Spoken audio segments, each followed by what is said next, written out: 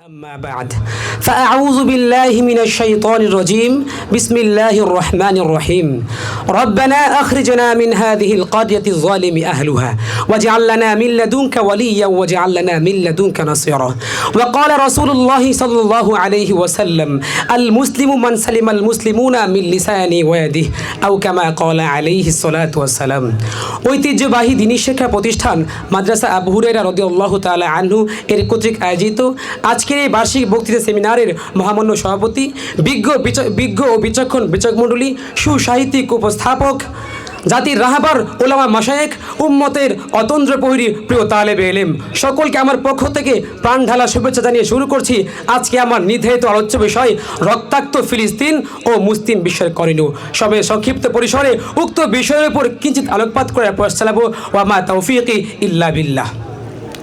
প্রিয় উপস্থিতি, বিশ্বের মানচিত্রে লড়াই ও সংগ্রামের মধ্য দিয়ে মাথা উঁচু করে দাঁড়িয়ে থাকা একটি মাজলুম রাষ্ট্রের নাম ফিলিস্তিন। মুসলমানদের প্রথম কেবলা ধারণকারী এক পবিত্র ভূমি, শত শত রাসূল আর হাজারো সাহাবীদের পদধূলিত এক পূর্ণভূমি।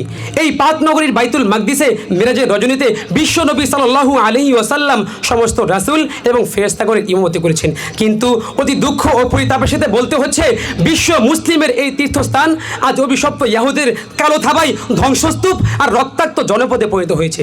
এই ঘটনার শুরুয়াত হয়েছিল 1939 সালে, যখন দ্বিতীয় বিশ্বযুদ্ধ সংঘটিত হয়েছিল।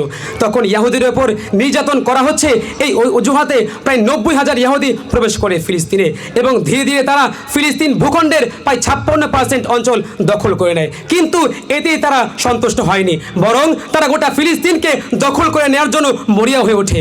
এই লক্ষ্যে তারা 7 অক্টোবর 2023 থেকে ফিলিস্তিনে শুরু করে দেয় বিরামহীন পৈশাচিক গণহত্যা। প্রিয় উপস্থিতি, ফিলিস্তিনে আজ মুসলমানদের উপর চালানো হচ্ছে নির্যাতনের স্টিম রোলার। বোমার আঘাতে ছিন্ন ভিন্ন হচ্ছে কত মুসলমানের দেহ, বুলেটের আঘাতে ঝাঁঝরা হচ্ছে কত ভাইয়ের বুক।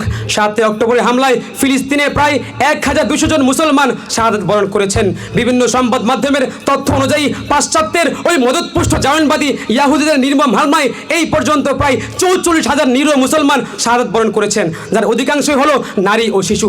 আহত হয়েছে প্রায় 1.5 লক্ষ। 19 লক্ষ মুসলমান হয়েছে বস্তুচ্যুত।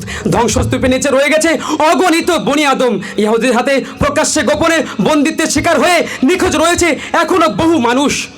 প্রিয় উপস্থিতি, নানান অসুখে বিসুখে আক্রান্ত ও দুর্ভিক্ষের কারণে খাদ্য অভাবে মারা যাচ্ছে হাজার হাজার ফিলিস্তিনি।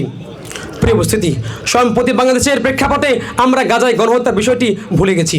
5 আগস্ট সরকার পতনের পূর্বে জনগণের উপর যে নির্যাতন করা হয়েছিল তা অবর্ণনীয়, তবে গাজায় গণহত্যা তার থেকে বহুগুণ বেশি।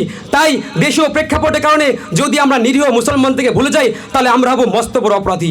রাসূল সাল্লাল্লাহু আলাইহি ওয়াসাল্লাম স্পষ্ট ভাষায় বলেছেন, আল মুসলিমুনা কাজাসাদি ওয়াহিদা, অর্থাৎ মুসলমানরা তো হলো একটি দেহের ন্যায়। দেহের যে কোনো অঙ্গ আঘাতপ্রাপ্ত হলে যেমনি সারা শরীর ব্যথায় ব্যথিত হয়, তেমনি বিশ্বের যে কোনো প্রান্তে যদি কোনো মুসলমান আঘাতপ্রাপ্ত হয়, তাহলে তার ব্যথা যদি ব্যথিত না হয়, তাহলে সে প্রকৃতপক্ষে মুসলমানই হতে পারে নাই।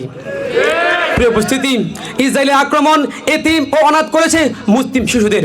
নারী, শিশু, বৃদ্ধ, যুবক সকলেই আজ তাদের হাতে জিম্মি। গোটা ফিলিস্তিনি এখন রক্তাক্ত রণক্ষেত্রে পরিণত হয়েছে।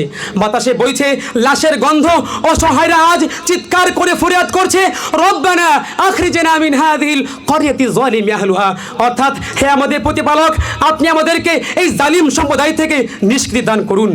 প্রিয় উপস্থিতি, তাই আমাদের কর্তব্য মুসলমানদেরকে সাহায্য করা, তাদের পাশে থাকা। রাসূল আরবি সাল্লাল্লাহু আলাইহি ওয়াসাল্লাম অপর একটি হাদিসে বলেছেন, আল মুসলিমু মান সালিমাল মুসলিমুনা মিন লিসানি ওয়া ইয়াদিহি, অর্থাৎ প্রকৃত মুসলমান তো ওই ব্যক্তি যার হাত ও মুখ থেকে অপর মুসলমান নিরাপদ থাকে। প্রিয় উপস্থিতি, এবার আসুন ফিলিস্তিনের এই দুর্দিনে মুসলিম উম্মার করণীয় সম্পর্কে আলোকপাত করি। এই বিষয়ে মুসলিম উম্মার করণীয় 3টি। প্রথমত, ফিলিস্তিন ভাইদের জন্য সাধ্য অনুযায়ী দান করা, তাদের কাছে ত্রাণ বিতরণ করা, এবং দ্বিতীয় হলো ফিলিস্তিন ভাইদের জন্য সর্বাবস্থায় দোয়া করা। তৃতীয় নম্বর হলো ইসরায়েলি পণ্য বয়কট করা। প্রিয় বুঝি বয়কট একটি মজবুত অস্ত্র। বয়কটের দ্বারা ইসরায়েলের অর্থনৈতিক অবস্থা দুর্বল হয়ে যাবে।